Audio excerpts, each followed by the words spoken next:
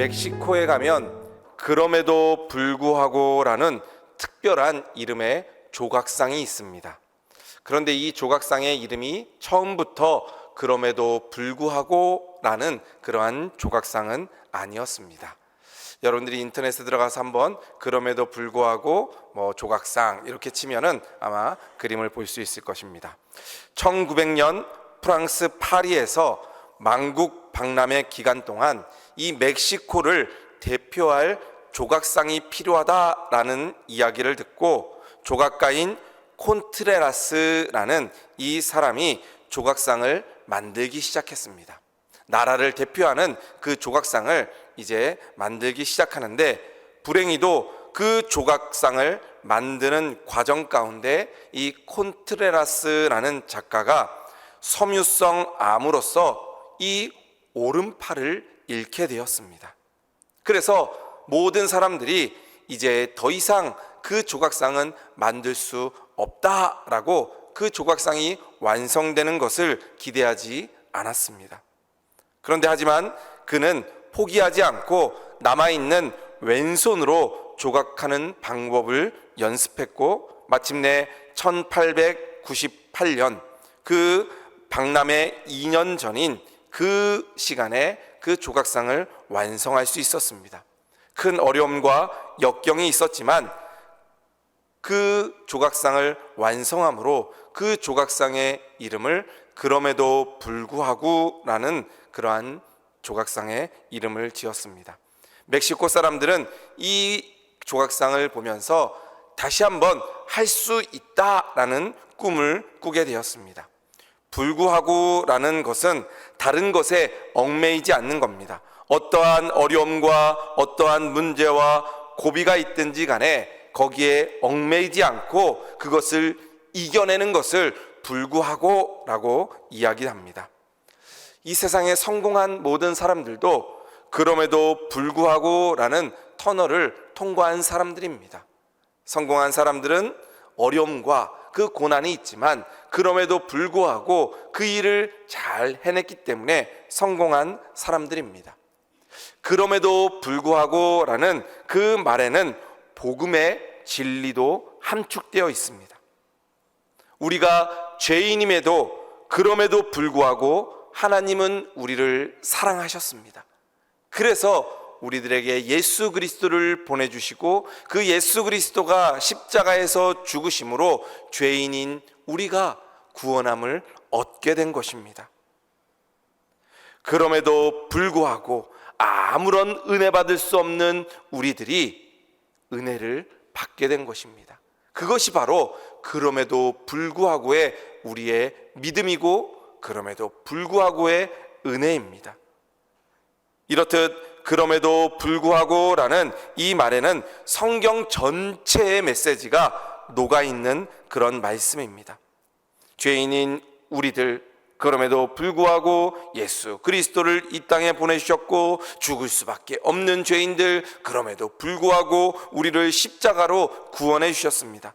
그래서 그리스도인이라면 어떠한 어려움과 어떠한 문제가 있더라도 하나님을 믿고 의지함으로, 늘 하나님을 찬양함으로, 믿음으로 어떠한 어려움도 이겨낼 수 있는 그럼에도 불구하고의 신앙이 되어야 될 줄로 믿습니다. 우리 모든 성도님들이 그럼에도 불구하고 하나님만 의지하며 늘 승리하는 우리 성도들 되시기를 주님의 이름으로 축복드립니다. 오늘 본문에 보면 사도 바울이 나옵니다. 그런데 사도 바울은 오늘 말씀 상황에 보면 상황이 좋지 않은 그러한 상황이었습니다. 인간적으로 볼 때 도저히 기뻐할 수 없는 그러한 상황 가운데 있었습니다.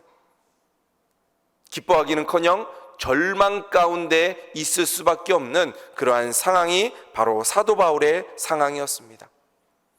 불안한 환경 가운데 있었고, 여러 가지 관계의 어려움이 있었고, 죽음의 위기 가운데 사도 바울은 있었습니다.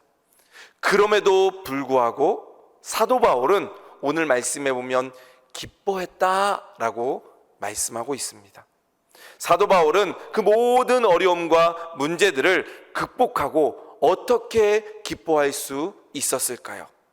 우리 성도들도 오늘 말씀을 보면서 사도 바울과 같이 그럼에도 기뻐했던 것처럼 우리의 환경과 우리의 여건과 어떠한 문제가 있든지 그럼에도 불구하고 늘 기뻐하며 하나님 위에 살아가는 우리 성도들 되시기를 주님의 이름으로 축복드립니다. 첫 번째로 사도 바울은 그럼에도 불구하고 하나님의 섭리를 믿었던 사람이었습니다. 불안한 환경에도 불구하고 선하신 하나님의 섭리, 하나님의 인도하심을 믿는다면 우리는 기뻐할 수 있습니다. 물론 불안한 환경 가운데 기뻐한다는 것이 쉽지 않습니다. 지금도 어렵고 앞으로도 희망이 없는 것처럼 보인다면 우리는 낙심하고 절망하기가 쉽습니다. 다 내려놓고 포기하고 싶은 마음도 있습니다. 보통 사람들이라면 이렇게 하는 것이 오히려 당연합니다. 그러나 오늘 말씀에 나오는 사도 바울은 그렇지 않았습니다. 환경이 불안하지만 사도 바울은 복음을 전하다가 붙잡혔고 자유를 상실한 가운데 죄인이 된 모습이었습니다. 오늘 말씀 13절 말씀에 보면 이렇게 기록하고 있습니다.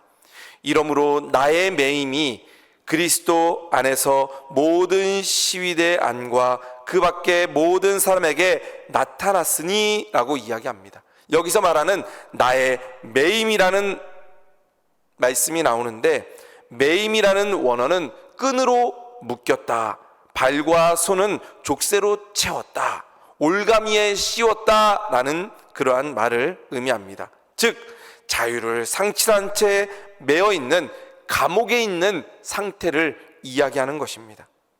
그럼에도 불구하고 사도 바울은 18절 말씀에 보면 이렇게 이야기합니다.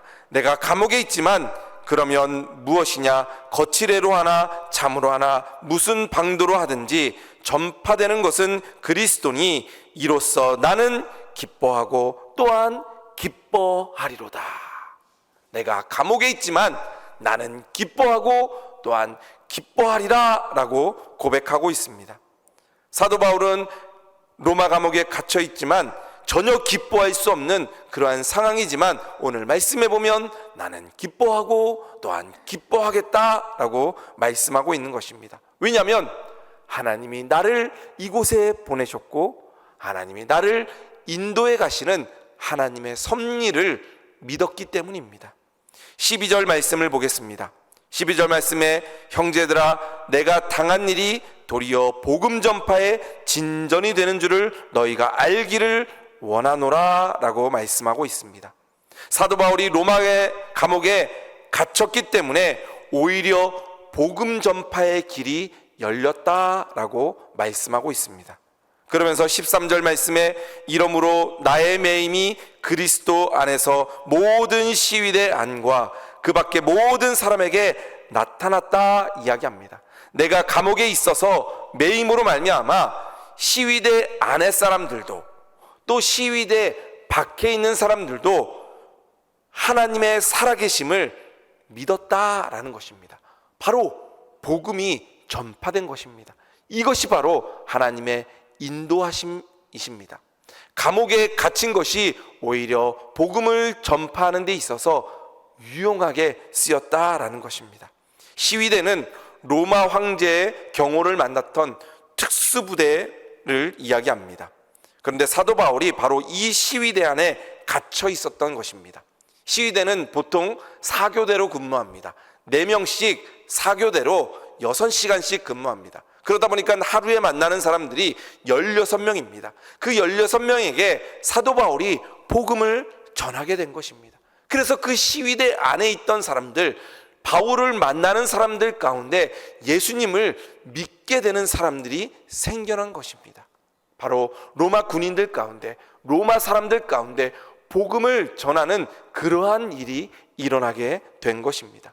그러한 일이 시위대 안에서도 일어나고 시위대 밖에서도 바울을 위해서 기도하면서 감옥에 갇혀있는 그 바울을 위해 성도들이 함께 기도하며 믿음이 더욱 커지고 그 소문이 믿지 않는 사람들에게도 나아가서 예수님을 믿는 사람들이 많아진 것입니다.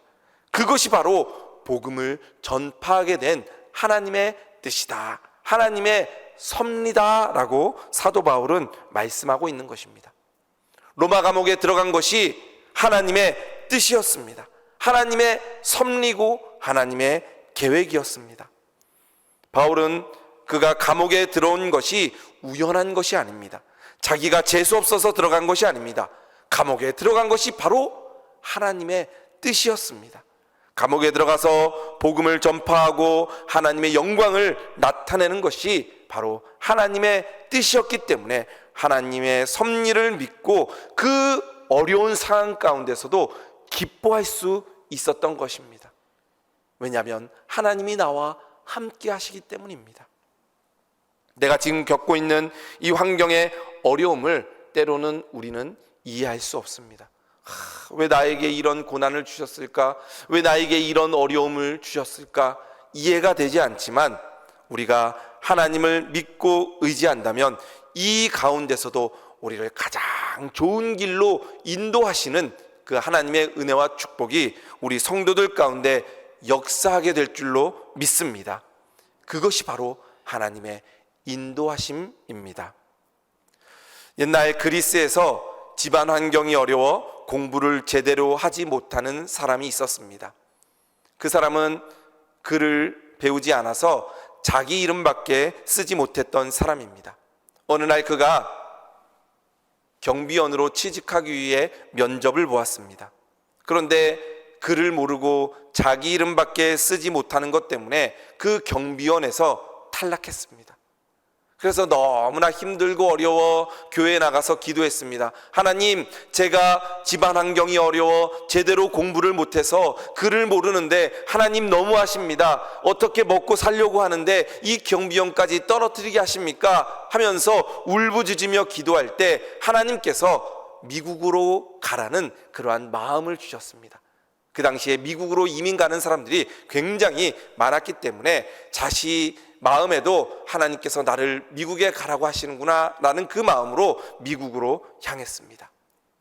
그리스에서 더 이상 일을 할 수 없어 미국에 가서 일을 하기 위해 배를 타고 미국으로 가서 열심히 일하기 시작했습니다. 하나님 은혜 가운데 그가 사업을 하게 되고 성공하게 되고 마침내 재벌이 되었습니다. 그리고 많은 사람들을 그 집에 초대하고 정치, 경제, 위대한 사람들을 초대하고 기자들도 초대했습니다. 그래서 한 기자가 이야기했습니다. 선생님은 대단하십니다. 어떻게 한 푼도 없는 그 상황 가운데서 이렇게 큰 재벌이 될 수 있었습니까? 자서전을 한번 써보십시오. 그러자 이 사람이 이렇게 이야기합니다. 나는 글을 쓸 줄 모릅니다. 그러자 이 기자가 이야기합니다. 야, 글도 모르는 선생님께서 이렇게 훌륭하게 되었는데 만약에 글을 쓸 수 있었다면, 글을 읽을 줄 알았다면 더 크게 성공했을 것입니다 라고 이야기하자 그는 이렇게 이야기합니다. 아닙니다. 나는 글을 읽을 줄 모르기에 이렇게 성공할 수 있었습니다. 내가 혹시라도 글을 읽을 줄 알고 글을 쓸 수 있었다면 나는 은행의 경비원밖에 되지 못했을 것입니다 라고 말했다고 합니다. 글을 쓰지 못하고 글을 읽지 못하는 그 고통 가운데 하나님께 부르짖음으로 하나님께서 미국으로 가라는 그 마음을 주시고 미국에 와서 하나님 말씀 붙잡고 열심히 일했기 때문에 이렇게 성공했다라는 것입니다. 그것이 바로 하나님의 인도하심입니다. 집안 환경이 불우하고 공부를 못하고 글씨를 배우지 못했다고 한탄하고 그냥 포기할 수 있는 삶이었지만 그렇게 하지 않고 하나님을 믿고 의지함으로 하나님이 가라는 곳에 가서 열심히 하나님 말씀에 순종하며 살았기에 하나님께서는 그 사람의 인생을 통하여 하나님께서 축복해 주시고 많은 부귀와 영화를 누릴 수 있게 된 것입니다. 그것이 바로 하나님의 인도하심입니다. 때로는 우리가 어려움이 있을 수 있습니다. 어떠한 문제가 있을 수 있습니다. 그럼에도 불구하고 하나님께서는 그 일을 통하여 가장 좋은 것으로 우리를 인도해 가시고 우리와 함께 하시는 하나님이 되는 줄 믿습니다. 바로 사도 바울 가운데 비록 감옥에 갇혔지만 그럼에도 불구하고 그곳에서 복음을 전하고 예수님을 믿는 사람이 많아지며 하나님의 영광을 나타낸 것처럼 우리 성도들 가운데 하나님이 늘 함께 하심으로, 하나님의 인도하심으로 말미암아 하나님의 섭리 가운데 하나님께 영광 돌리는 우리 모든 성도들 되시기를 주님의 이름으로 축복드립니다. 사도 바울은 두 번째로 그럼에도 불구하고 하나님의 시각으로 모든 것을 바라보았습니다. 인간관계의 어려움에도 불구하고 하나님의 눈으로 바라본다면 우리는 기뻐할 수 있습니다. 물론 인간관계로 말미암아 발생되는 문제는 쉽지 않습니다. 때로는 오히려 환경이 어려우면 그것을 잘 이겨낼 수 있는데, 사람 간의 문제가 있다면 때로는 더 어려울 수도 있게 되는 것입니다. 어려운 환경은 참고 견딜 수 있지만 인간관계가 뒤틀리면 정말 참을 수가 없습니다.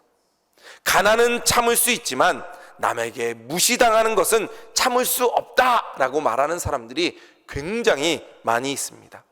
내가 밥은 굶을 수 있지만 남에게 조롱당하고 창피당하는 것은 견딜 수 없다라는 사람들도 많이 있습니다.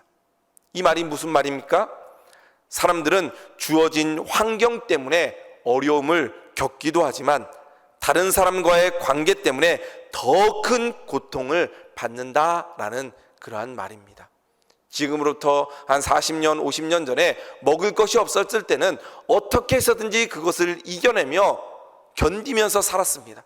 그런데 지금 이 시대는 먹을 것이 풍족하지만 다른 사람들과의 관계나 다른 사람들과의 그 비교 때문에 오히려 자존감이 낮아지고, 그래서 포기하고, 그래서 넘어지는 사람들이 굉장히 많이 있는 것입니다. 사도 바울도 그랬습니다.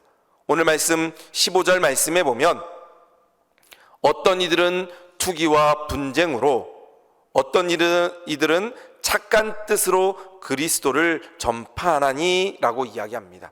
여기에서 투기와 분쟁으로 복음을 전한 자들은 누군지 명확하지는 않습니다. 그리스도를 전파한 것을 보면 이단도 아니고 유대인들도 아닙니다. 그러면 이들은 누구일까요? 바로 순수하게 복음을 전하는 사람들과 달리 경쟁심, 다른 사람에게 보이려고 시기하는 그런 마음으로 복음을 증거했던 사람들일 것입니다. 그래서 16절, 17절 말씀에 보면 16절에 이들은 내가 복음을 변증하기 위하여 세우심을 받은 줄 알고 사랑으로 하나, 17절 말씀에 그들은 나의 매임의 괴로움을 더하게 할 줄로 생각하여 순수하지 못하게 다툼으로 그리스도를 전파하느니라 라고 이야기합니다. 16절 말씀에 이들이라는 말이 나오고 17절 말씀에 그들이라는 말이 나옵니다. 16절에 이들은 바울 편이 되어서 바울의 사역을 이해하고 순수한 마음으로 복음을 증거했던 사람들이 16절 말씀에 나오는 이들입니다. 그런데 17절 말씀에 나오는 그들이 문제가 됩니다. 그들은 바울이 감옥에 갇히게 되자 잘 됐다고 생각했던 사람들입니다. 그들은 바울 대신에 자기들의 이름을 널리 알리고자 했던 사람들입니다. 그래서 바울이 감옥에 갇힌 후부터 바울에 대한 그러한 중상모략을 일삼기 시작합니다. 감옥에 갇혀 있는 바울은 너무나 마음이 아팠습니다. 같은 복음을 전하는 사람들인데 왜 이렇게 나를 미워할까 마음이 아팠습니다. 차라리 하나님을 믿지 않는 사람들이 나를 욕하면 그것을 참기 더 쉬웠을 텐데, 같이 하나님을 믿고 복음을 전하는 사람들이 자기를 욕하고 자기를 중상모략하니까 너무나 힘든 마음이 있었습니다. 그들은 함께 동역했던 사람들이고 함께 복음을 증거했던 사람들이지만 이제는 자기들에게 화살을 던지고 상처를 하는 말을 하게 됩니다. 너무나 큰 상처를 바울이 받게 됩니다. 함께 복음을 전했던 사람인데 왜 이렇게 나를 미워할까라는 마음이 있습니다. 그러한 인간관계의 어려움 가운데 사도 바울은 18절 말씀에 이렇게 고백하고 있습니다. 그러면 무엇이냐? 거칠애로 하나 참으로 하나 무슨 방도로 하든지 전파되는 것은 그리스도니 이로써 나는 기뻐하고 또한 기뻐하리로다. 이 말씀을 쉽게 말하면 이렇게 말할 수 있습니다. 저들이 감옥에 있는 나를 향해서 아무리 나쁜 말을 하고 비수를 던진다고 할지라도 만약 저들을 통해서 그리스도의 복음이 증거된다면 나는 기뻐하고 기뻐하겠습니다. 저들이 나를 욕하는 것 나는 이해할 수 있습니다. 그들이 하는 일들을 통하여 오히려 하나님의 영광을 나타내고 복음을 전하게 된다면 나는 기뻐하겠습니다 라고 말하고 있는 것입니다. 하나님의 시각으로 보는 것입니다.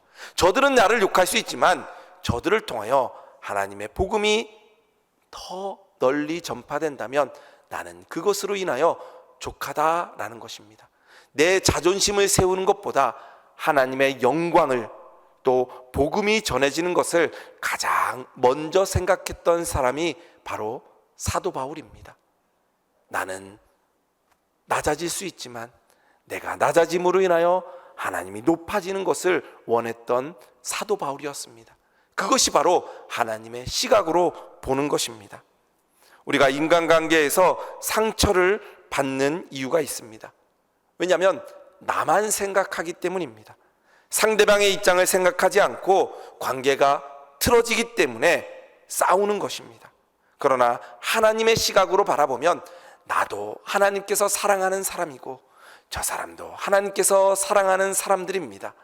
나도 하나님의 영광을 위해서 이 일을 하는 것이고 저 사람도 하나님의 영광을 위해서 하는 일입니다. 그래서 하나님의 눈으로 바라보는 것입니다. 하나님의 눈으로 바라보기 때문에 그 상대방을 위해서 기도할 수 있는 것입니다. 용서가 안 되고 품을 수 없다면 그 사람을 위해서 기도해야 됩니다. 나의 눈으로 그 사람을 바라보는 것이 아니라 하나님의 눈으로 그 사람을 바라보는 것입니다. 하나님께서 그 사람도 사랑하셨기 때문에 나를 위해서 십자가에서 예수 그리스도가 죽으신 것처럼 그 사람을 위해서도 예수 그리스도가 십자가에서 죽으심으로 그 사람을 구원해 주신 것입니다. 사랑의 눈으로 보는 것입니다. 우리가 우리의 자녀들을 볼 때 사랑의 눈으로 보는 겁니다. 그러면 어떤 일을 하고 무엇을 하든지 다 내 자식이기 때문에 예뻐 보입니다. 다른 자녀들도 그런 눈으로 바라보는 것이 필요하다라고 말씀합니다. 우리는 하나님 안에서 다 한 형제 자매입니다. 그렇기 때문에 하나님이 보시기에는 똑같이 다 사랑하는 자들입니다. 하나님의 눈으로 그 사람을 볼 수 있어야 됩니다. 이 사람을 사랑하면 이 사람도 사랑해야 되고 같이 하나님 안에서 사랑하는 그 마음이 있어야 하는 것입니다. 바로 하나님의 눈으로 바라보며 그 사람을 위해 품고 기도하는 그러한 우리 성도들 되시기를 주님의 이름으로 축복드립니다. 바로 사도 바울이 그런 눈으로 바라보게 된 것입니다. 예수님을 안 믿는 사람들에게 복음을 전하는 그 열정으로 예수님을 믿지만 조금 잘못하고 나에게 해를 끼치는 사람에게도 그 사랑의 눈으로 그 사람을 바라보는 것입니다. 바로 하나님의 시각으로 모든 것을 바라보면 다 하나님의 은혜가 되는 것입니다. 우리 성도들이 이 세상을 바라보며 또 다른 사람들을 바라볼 때 하나님의 눈으로 하나님의 시각으로 다른 사람들을 바라보며 환경을 바라보며 하나님께 영광 돌리는 우리 성도들 되시기를 주님의 이름으로 축복드립니다. 마지막으로 사도 바울은 그럼에도 불구하고 하나님 한 분만을 구한 사람이었습니다. 죽음의 위기에도 불구하고 하나님 한 분만을 바라보면 우리는 기뻐할 수 있습니다. 사도 바울은 이제 재판이 끝나면 어떻게 죽임을 당할지 모르는 상황에 처해져 있습니다. 사형 선고를 받으면 죽을 수밖에 없었습니다. 그럼에도 불구하고 바울은 죽음을 두려워하지 않았습니다. 20절 말씀을 보겠습니다. 나의 간절한 기대와 소망을 따라 아무 일에든지 부끄러워하지 아니하고 지금도 전과 같이 온전히 담대하여 살든지 죽든지 내 몸에서 그리스도가 존귀하게 되게 하려 하나니라고 이야기합니다. 여기에 보면 살든지 죽든지라는 말씀이 나옵니다. 바로 바울에게 있어서 사느냐 죽느냐 그것은 문제가 되지 않았습니다. 오히려 유일한 관심사는 예수 그리스도가 존귀하게 되는 것입니다.